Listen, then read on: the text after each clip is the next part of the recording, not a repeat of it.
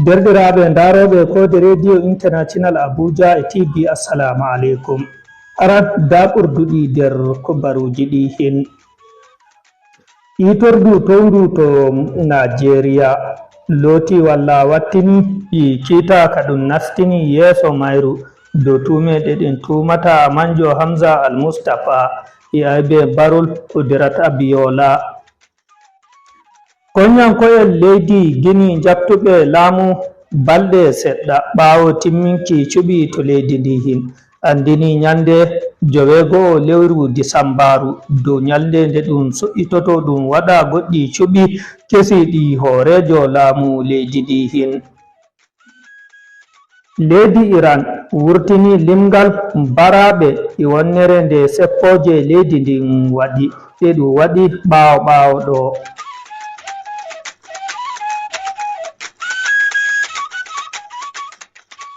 O da kubaruji ɗi hin ɗifumaji. Itordu to diwal Rivers haɗi majalisa'en luwaɗi diwal ngal wiɗituki gwamnajo diwal ngal siminari Fubbara.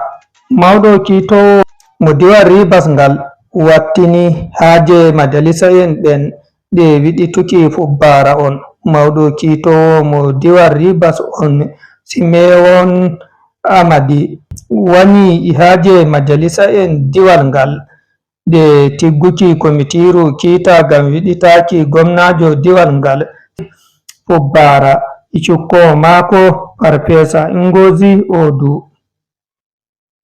Ha Abuja ma itordu towndu e Nigeria wattini kita ka ɗum nastini dow manjo Hamza Al-Mustapha ainowo kinnaɗo hoorejono laamu leydi Nigeria Janar Sani Abacha dow tume e maral jungo maako dow Barol Kudirat Abiola dada sare kinnaɗo Chief MK Abiola.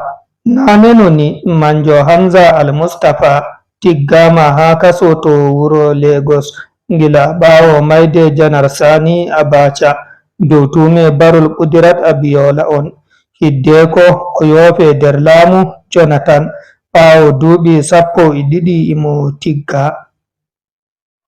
Toni on woytu kubaruji ɗi ɗo warana on iga kode radio international Abuja. On mbawai heɓuki kubaruji amin ha Facebook kode radio inanta channel Telegram amin kode radio hawtade e TikTok amin kode TV ima channel WhatsApp amin kode radio.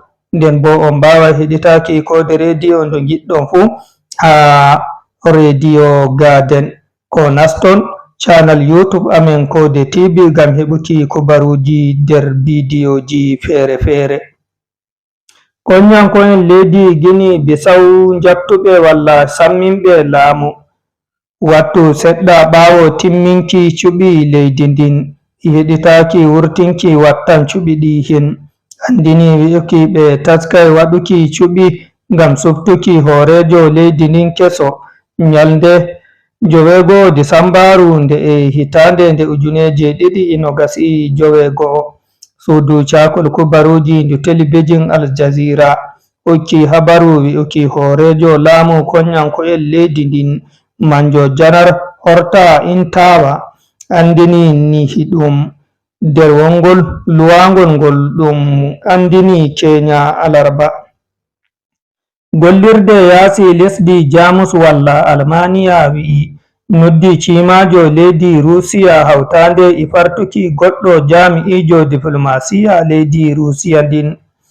Jamus ndinni wi'i hoci jabruɗe nodduki cimajo walla ambassadorjo Moscow gonɗo to wuro Berlin ɓawo ɓe keɓtoyi goɗɗo jami'ijo diplomasiya leydi Rusiya on e hoccuki sirru lesdi Germany ndin. Ngam non Almaniya ndin wi'i hocci jabruɗe ɗen ngam holluki wi'uki abe hoccuki sirru leydi na ɗum hunde nde ɗum munyanta. Suudu telebijin leydi Iran Press TV ndu hokki habaru wiki sigorɗi walla bankiji ko hewti 250 suma walla wula nden bo julirle ko hewti 350 pelle motaji walla dandal motaji ko hewti temeɗɗe ɗiɗi capanɗe jowi tati fu lallinama, nden bo yimɓe ko ɓuri ujuneje ɗiɗi maayi ha umminki hakkilloki woɓɓe ummini to leydi ndin dow inde wankoje walla seppoje ɓawo ɗo o bano Press TV andini. Ɗerol kubaruji ɗin wonɗon ibu ɗo min balninta kubaruji ɗin ɗi jemmare nde dow darnde surguɗo e moɗon injiniyajo amen mo jemmare nde Ayuba Lamiɗo Munyal. Mi Ibrahim Ramadake janguɗo kubaruji ɗin fassiri ɗi mbiyami on gonde e taskaramji amen luttuɗi.